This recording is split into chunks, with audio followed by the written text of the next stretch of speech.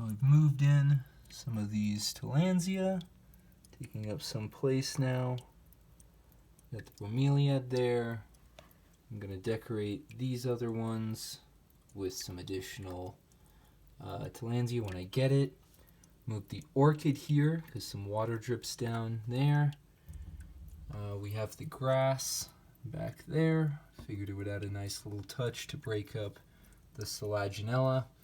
The biophytum, hopefully I can get one day and replace that cork tube back there, but that remains to be seen. I have to get an actual one. I don't think I'll be able to grow the seeds. Haven't been successful with that yet. So I think this is going to be it for now. But another good update here. You can see